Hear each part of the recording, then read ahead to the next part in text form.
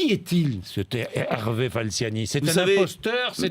C'est un homme courageux? Qui est-il? J'ai connu Hervé Falciani quand j'ai écrit mon livre et mon rapport parlementaire avec Alain Bocquet, que je tiens à citer, qui est un autre parlementaire communiste.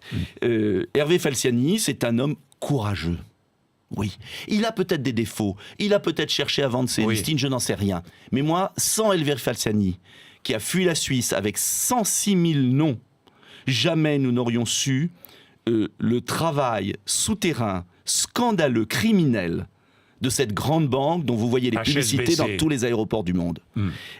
Ça veut dire quoi? Ça veut dire qu'il y a un homme seul qui à un moment a pris une décision difficile. Il a pris une décision difficile de violer la loi suisse.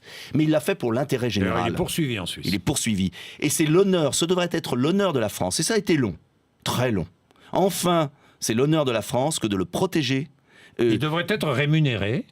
Je pense, en tout cas moi je serais ministre. Comme indicateur ou comme... Je l'aurais rémunéré parce qu'il connaît beaucoup de choses et ce sera très utile. D'ailleurs, les Allemands et les Américains n'hésitent pas à rémunérer ceux qui apportent le respect de la loi.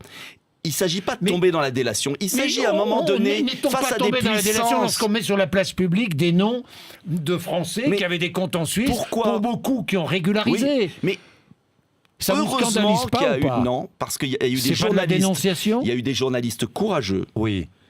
Il n'y a pas de démocratie sans journalistes courageux, d'investigation. À partir du moment où les États, les pouvoirs politiques ne font pas leur boulot, à partir du moment où la justice ne fait pas son boulot, eh bien, il faut bien qu'il y ait des gens courageux qui le fassent. Si les institutions fonctionnaient, si HSBC, le scandale HSBC avait été pris en main dès 2009, s'il n'y avait pas eu que 61 plaintes au pénal, il y a eu 3000 clients, 3000 comptes, et je ne parle pas des comptes d'entreprise, je ne parle pas des comptes d'entreprise, je ne parle pas des comptes des personnes morales qui sont passées à l'as.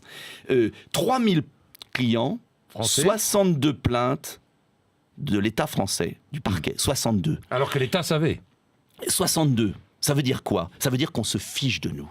Je l'ai écrit dans mon livre, je l'ai dit, je l'ai crié. Vous savez qu'en France, il y a un monopole incroyable d'ancien régime. C'est que les procureurs de la République n'ont pas le droit de poursuivre quelqu'un pour fraude fiscale. Non, ils n'ont pas le droit. Il faut qu'il y ait l'autorisation du ministre des Finances. C'est une survivance de l'ancien régime contraire à toute séparation du pouvoir. J'ai déposé un amendement lors de la loi de décembre 2013 pour mettre fin à ça. Beaucoup de députés d'ailleurs de gauche comme de droite m'approuvaient. Et puis on a dit, ah non, surtout pas. Parce que ça permet au ministre des Finances d'échanger le silence de l'administration contre des arrangements secrets.